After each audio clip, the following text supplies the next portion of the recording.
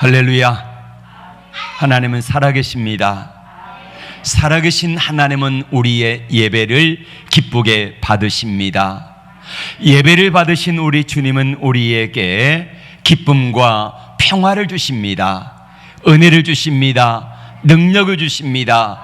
이 세상을 살아낼 수 있는 용기와 힘을 주시는 것입니다. 이 은혜가 우리 모두에게 충만하기를 축복합니다. AD 1세기에 예수님이 이 땅에 베들레헴에 태어나실 때의 일입니다. 예루살렘은 동방으로부터 온 박사들에 의해서 소동이 일어났습니다. 왕으로 오신 이가 어디 계시뇨? 유대 베들레헴에 계시다. 이 이야기를 듣고 동방박사 세 사람은 유대 베들레헴의 별의 인도를 따라 왔습니다. 큰 별이 앞서가다가 문득 밤중에 예수님이 태어나신 마구간 위에 멈춰 섰습니다. 여러분, 동방의 박사들이 그동안 짧게는 6개월에서 길게는 몇 년 동안의 수고가 이제 다 보상으로 주어지는 귀한 시간입니다. 여러분, 동방의 박사들은 얼마나 가슴이 설레었을까요? 야, 이제 내가 예수님을 만나는구나, 메시아를 만나는구나, 온 세상의 왕으로 오시는 주님을 만나는구나 하는 설레임 가운데 메시아를 만나는 기쁨으로 기다렸습니다. 그런데 동방의 박사들은 너무너무 실망이 컸습니다. 왜냐하면 장소가 너무 초라했거든요. 왕이 태어나실 장소는 왕궁이어야 하지 않습니까? 그런데 예수님이 태어나신 장소는요, 마구간이었어요. 너무나 초라합니다. 말똥 냄새, 그 다음에 여러 가지 짐승들의 냄새와 오줌 냄새와 이런 곳에서, 초라한 곳에서 왕으로 오신 예수님께서 이 땅에 태어나신 것을 바라볼 때에 동방박사들은 마음의 갈등을 겪습니다. 우리가 잘못 찾아왔나? 저분이 메시아가 아닌가?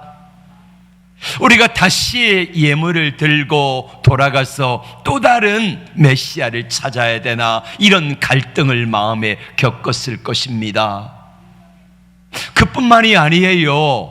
메시아로 오신 왕이신 예수님의 모친과 부친을 보니까 너무 행색이 초라합니다. 갈릴리 목수에다가 너무너무 천한 신분이에요. 알아보니까 왕이 아니라는 말이에요. 그뿐만이 아닙니다. 찾아오는 사람도 아무도 없어요. 여러분, 왕이 태어났으면은 왕으로 걸맞는 신분에 맞게 사람들이 와가지고 경배해야 되는데, 왕으로 오신 예수님에게 아무도 경배하지 아니하고 나중에 보니까 목자들 몇 사람이 와가지고 경배하는 것을 바라보면서 동방의 박사들은 마음의 갈등을 겪습니다. 돌아가야 되나 말아야 되나? 문득 동방의 박사들은 자기들을 인도하던 별을 원망했습니다. 과연 저 별이 우리를 바로 인도했는가 하는 생각이 들었다는 것입니다. 자, 여러분이 동방의 박사라고 하면은 이런 상황 속에서 아기 예수님께 경배할 수 있을까요? 아기 예수로 오신 그 메시아라고 하는 사실이 믿어질까요? 여러분, 동방의 박사들은 아무런 어떤 예수님에 대한 소식을 듣지 못하고 무조건 별 따라 온 것입니다. 근데 장소의 초라함과 부모님의 초라함과 거기다가 사람들이 아무도 와가지고 경배하는 사람들이 없음을 바라보면서 동방의 박사들은 마음속에 갈등을 겪은 거예요. 여러분이 동방의 박사라고 하면은 그 자리에서 말똥 냄새 나고 소똥 냄새 나는 그 마구간에 들어가 가지고 아기 예수께 경배할 수 있겠느냐는 말이에요. 사람들은요, 환경에 많은 영향을 받습니다. 환경이 좋으면은 좋은 옷을 입고 좋은 차를 타면은 벌써 마음이, 생각이 그 사람에 대해서 어떤 생각을 갖습니까? 괜찮은 사람이네. 옷도 깨재재하고 초라하고 외모도 그렇고 차도 좋은 차가 아니고 고물차를 타고 좋은 집에 살지 아니하고 이런 사람들을 볼 때에 여러분은 과연 그 사람을 존경할 수 있겠느냐는 말이에요. 신분도 천한 사람을 경배할 수 있겠느냐는 말이에요. 대부분의 사람들은 그런 상황 속에서 경배하지 못합니다. 경배 안 해요. 돌아가요. 우리가 잘못 찾았구나 라고 하는 생각이 동방의 박사들의 마음과 생각 속에 있었다는 것입니다. 동방의 박사들은 비통하기까지 했을 겁니다. 헛수고하지 않았나? 괜히 왔나? 잘못 왔나? 우리가 저분께 경배하는 것이 과연 옳은 일인가 하는 생각이 들었을 거라는 것입니다. 하나님은 저에게 개척을 시작할 때 큰 비전을 주셨어요. 꿈도 자주 꾸고 꿈을 꿀 때마다 하나님이 비전과 환상을 보여주셨습니다. 그 중에 하나를 이야기하면은요, 예수님의 제자 어부 출신들이 많았잖아요. 예. 4명의 제자들이 물고기를 잡는 어부 출신이에요. 그래서 그런지 제게도 꿈을 꾸기만 하면은요, 어느 날 낚싯대를 들이웠는데 그 낚싯대에 미끼 하나 끼었는데요, 이 고기가 올라오는데 한 번 올리니까 수백 마리가 따라서 올라와요. 어떻게 올라오냐면은 물고기의 꼬리에 꼬리를 물고 양쪽으로 해가지고 쭉 피라미드처럼 올라오는데, 와, 하나님이 이런 은혜를 주시려나 보다 라고 개척해서 지금까지 29년째잖아요. 예. 근데 교회를, 본향교회를 거쳐간 분들이 500명도 넘을 거예요.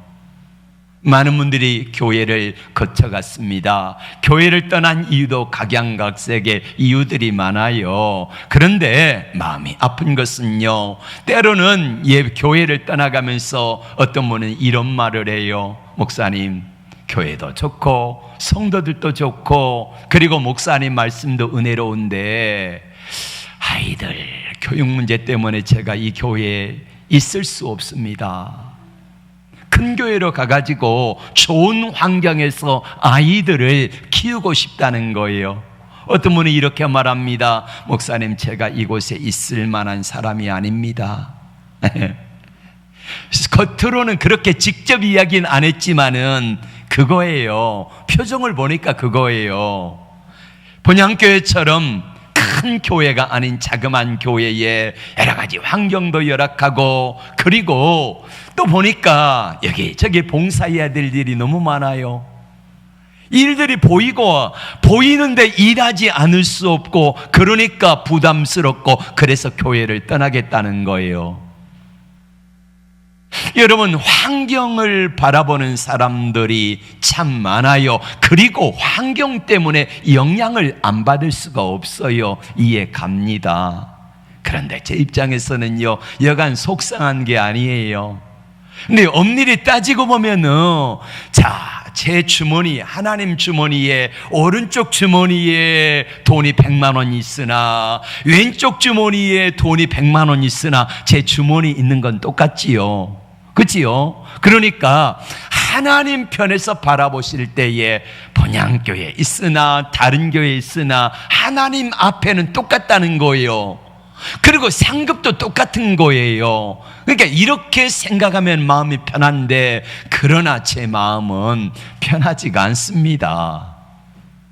어느 정도 믿음이 훈련돼 가지고 성장하고 보니까 다른 교회 가겠습니다. 내가 이 교회에 있을 만한, 그럴 만한 사람이 아닙니다 라고 하면은 여간 속상한 게 아니에요. 동방의 박사들도 역시 마찬가지로 환경의 영향을 받을 수밖에 없어요. 마구간의 초라함을 바라보며 과연 저분이 메시아인가라는 의심이 안 들겠습니까? 여러분 같으면은 그 부모님의 행색이 초라한 몰골을 바라보면서 저분이 메시아를 낳았을까라는 의심이 들지 않겠습니까? 적어도 메시아라고 하면은 수많은 사람들이 와가지고 줄 서서 경배하고 축하합니다, 이렇게 해야 되는데 예수님의 탄생은 너무나 초라해요. 믿고 싶지가 않아요. 그런데 동방의 박사들은 아기 예수님께 엎드려 경배합니다. 여러분, 동방의 마이크 조금만 볼륨을 줄여주세요. 동방의 박사들이 거기까지 온 이유가 뭡니까? 뭐 하기 위해서 왔어요? 경배하기 위해서 왔잖아요. 경배하다라는 말은 뭐냐면은 헬라어로 프로스키네오라고 하는데 예배하다라고 하는 뜻하고 똑같습니다. 이 프로스키네오는 여러분, 그 중동 사람들이 엎드려 경배하는 모습 보셨습니까? 왕에게 경배할 때 어떻게 하냐면요, 땅에 넙죽 엎드려 가지고요, 이 입맞춥니다. 교황이 이걸 잘해요. 예. 교황이 어느 나라에 이제 내리면은 비행기에서 내리자마자 뭐 합니까? 땅에 넙죽 엎드려 가지고 그 땅에 키스하는 거지요. 이게 경배하는 겁니다. 한번 생각해 보세요. 아기 예수님께 동방의 박사들이 엎드려 경배했다는 말은 뭐겠습니까? 그 예수님이 경배받으신 장소가 어디예요? 마구간이잖아요. 마구간에 뭐가 깔렸을까요? 우리가 생각하기를 큰 집이 깔리고 막 뭐가 이렇게 해서 그런 좋은 이런 마구간이 아니라는 말이에요. 소똥 냄새, 말똥 냄새 나는, 그것도 말 구유에 임시로 이게 놓여 있는 그 모습이라는 말이에요. 근데 그 앞에 이 동방의 박사 세 사람이 넙죽 엎드렸으니까 어떻게 되겠습니까? 말똥이 묻었지 않겠습니까? 오줌이 묻었지 않겠습니까? 그런데 상관하지 않아요. 왜요? 만왕의 왕이신 예수님께, 메시아께 경배하는 목적으로 왔기 때문에 그렇습니다. 경배하는 그 자체가 영광이기 때문에 그렇습니다. 여러분, 한번 생각해 보세요. 그 목적으로 왔는데 장소가 초라하고 좋지 않음이 무슨 상관이요? 부모님이 어떤 신분인가가 무슨 소용이 있겠습니까? 사람들이 경배하러 왔다, 많이 왔다, 적게 왔다, 이게 무슨 소용이 있겠냐는 말이에요. 가장 중요한 건 내가 경배하러 온 거 그 자체만으로도 가장 귀중한데 말입니다. 그렇습니다. 믿음이란 경배하는 것입니다. 어떤 환경에도 영향을 받지 않고 경배하는 것이 믿음입니다. 돈에 경배하는 게 아닙니다. 사람에게 경배하는 게 아닙니다. 신분에 경배하는 게 아닙니다. 환경 때문에 경배하는 것이 아니라 누구에게 경배하는 거예요? 아기 예수님께 경배하는 줄로 믿습니다. 동방의 박사들은 환경 때문에 경배하는 걸 포기하지 않았습니다. 동방의 박사들은 부모의 초라한 모습을 보고 경배를 포기하지 않았습니다. 사람들이 얼마나 많이 왔냐, 적게 많이 왔냐, 이것에 영향을 받지 않고 경배를 포기하지 않았습니다. 왜요? 하나님께 경배하기 때문입니다. 그러면 왜 동방의 박사들은 열악한 환경을 보고도 경배를 포기하지 않았을까요? 뭔가 있지 않겠습니까? 동방의 박사들이 몇 달에서 몇 년에 걸쳐서 거기까지 왔습니다. 수천 킬로를 여행을 하면서 잠도 못 자고, 주로 이제 낮에는 잠을 자고 밤에 별을 따라서 왔거든요. 강도의 위험과 여러 가지 어려움들, 거기까지 오는데 경비는 얼마나 많이 들었겠습니까? 그러면은 그 많은 수고를 하고 거기까지 올 때에 아기 예수님께 경배하는데 하나님의 특별한 은혜가 있지 않겠습니까? 어떤 은혜요? 하나님은 박사들이 아기 예수를 볼 때 그 누추함을 보지 않게 하셨어요. 초라함을 보지 않게 하셨어요. 아이의 연약함을 보지 않게 하세요. 부모의 신분이 보이지 않게 하세요. 사람들이 많이 왔느냐 적게 왔느냐 이것이 보이지 아니하고 뭐만 보여요? 오라지 내가 경배의 대상인 아기 예수님만 보여서 그분이 존귀하게 보이도록 동방의 박사들의 눈을 열어주신 줄로 믿습니다. 오늘 아기 예수님께 경배하는 저와 여러분들에게도 사람의 많고 적음의 문제가 아니라 또 이 땅에 우리가 살아갈 때에 환경의 어려움과 여러 가지 문제가 아니라 오로지 우리에게 아기 예수님을 보내주시고 천사들을 찬양을 통하여 기쁘다 구주 오셨네 라고 우리에게 보여주시고 들려주신 그것 때문에 우리는 기뻐하며 감사하며 경배하는 이 자리가 되어지기를 주의 이름으로 축복합니다. 경배하는 박사들에게 하나님은 엄청난 복을 주셨어요. 어떤 복을 주셨습니까? 하나님은 박사들에게 큰 기쁨을 주셔서 몇 년 동안 수고하여 온 여기까지 여정 속에서 피곤하지 아니하는 은혜, 다시 말하면 천사들의 찬양을 통하여 기쁘다 구주 오셨네, 하늘에는 영광이요 땅에는 평화로다 라고 했던 바로 그 은혜를 동방의 박사들에게 허락하여서 동방의 박사들이 몇 년 동안의 수고도 잊어버리고 자기 고향으로 큰 기쁨을 안고 돌아갈 수 있는 은혜를 주셨다는 것입니다. 오늘 이 은혜를 저와 여러분들에게도 우리 주님이 주시기를 축복합니다. 보배야보다 더 큰 보상은 하나님이 주시는 기쁨의 복입니다.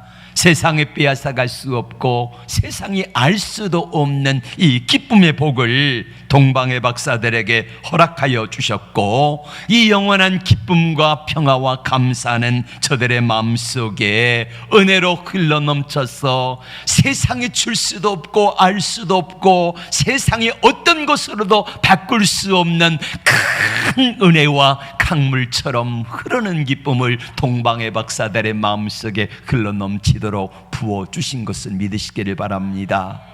사랑하는 성도 여러분, 오늘도 우리가 동방의 박사처럼 아기 예수님께 우리의 모든 것들을 다하여서 경배할 때에 우리 주님께서는 우리에게 동방의 박사들에게 주셨던 큰 기쁨, 세상의 모든 수고를 다 잊어버리고도 남을 만한 은혜와 감격을 저와 여러분에게 부어주시기를 원하신 줄로 믿습니다.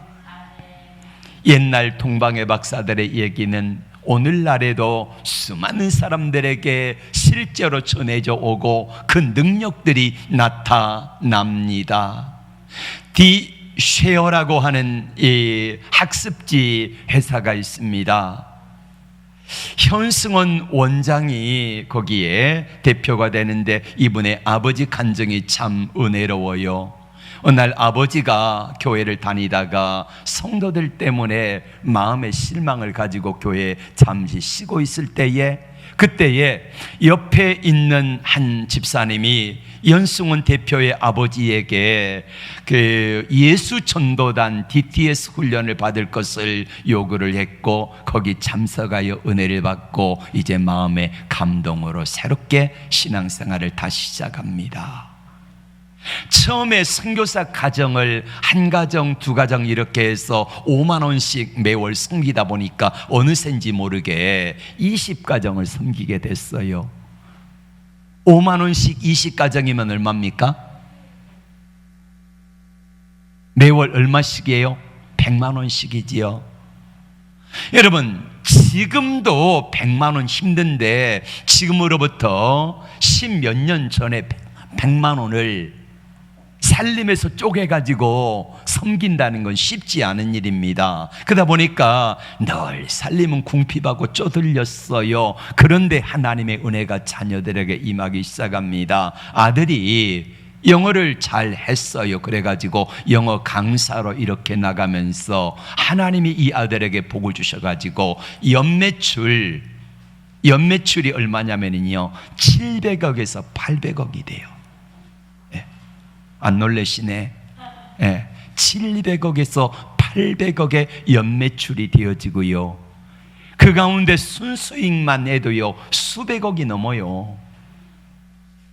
현승훈 대표가 몇 년 동안에 선교사님들의 사역을 돕고, 그리고 또 선교사님들의 사역을 통해서 교회를 세우고 여러 가지 일을 하면서 드린 연금이 얼마냐면은 자그마치 500억이 넘습니다. 500억. 네. 이 일을 할 수 있도록 하나님이 은혜를 베푸신 거예요. 동방의 박사들이 하나님 앞에 자신의 모든 것들을 다하여서 최선을 다하여 경배했더니 하나님이 메시아를 만나는 최초의 감동을 주신 것처럼, 현승훈 대표가 그 아버지가 20가정을 도우면서 물질은 늘 쪼들리는 삶을 살았는데, 하나님을 경배하는 일에 우선순위로 이렇게 섬기다 보니까 하나님께서 아들들에게 복을 주셔가지고요 35살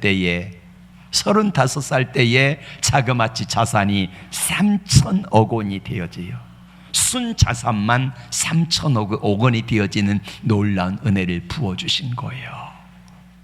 하나님을 경배하기 위해서 앞장섰던 이 사람의 아버지, 그리고 현승훈 대표와 자기 동생 가족들이 함께 살림은 쪼들림을 당했지만은 이것을 기쁨으로 경배할 때에 하나님의 특별한 은혜가 이 가정에 임하더라, 이것입니다.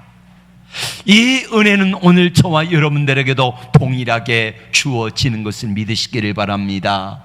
기쁨으로 주님 앞에 예배할 수만 있다고 하면은 우리 주님의 은혜는 오늘 저와 여러분에게도 동일하게 임하는 줄로 믿습니다.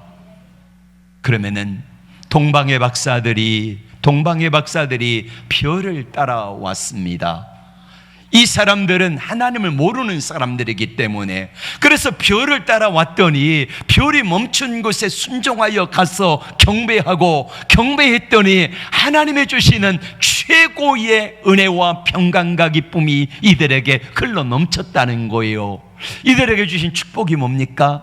우리는 성탄 때마다 캐롤을 부르잖아요. 찬송을 부르잖아요. 성극을 하잖아요. 그러면 맨 먼저 누가 나옵니까? 누구를 이야기합니까? 동방박사들을 이야기하잖아요.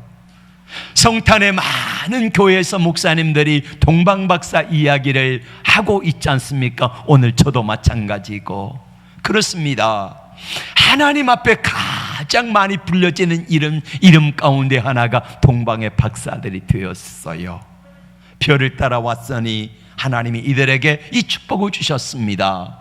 사랑하는 성도 여러분, 여러분은 무엇을 따라가고 계십니까? 여러분을 인도하는 별이 무엇입니까?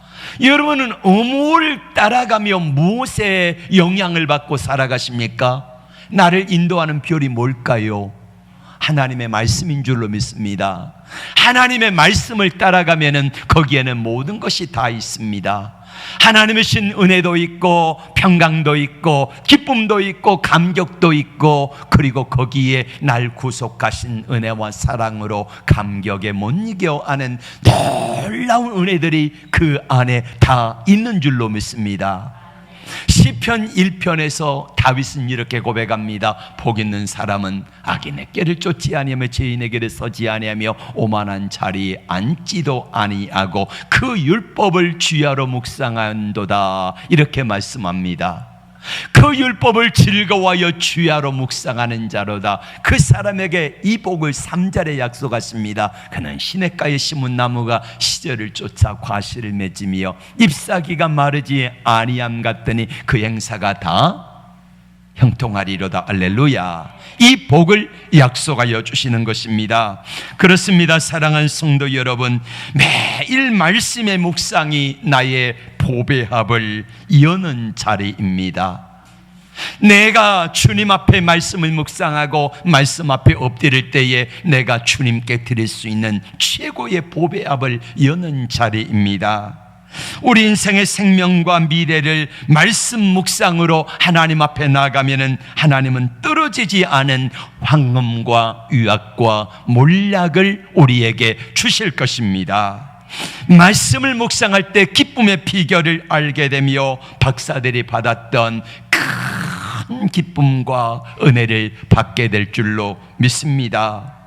말씀을 묵상할 때 하나님이 때를 따라 돕는 은혜를 허락하여 주시고, 물된 동산 같은 물이 끊이지 않는 샘 같은 은혜를 여러분들에게 넘치도록 부어 주실 것입니다. 이 은혜가 있기를 주의 이름으로 축복합니다. 기도합니다.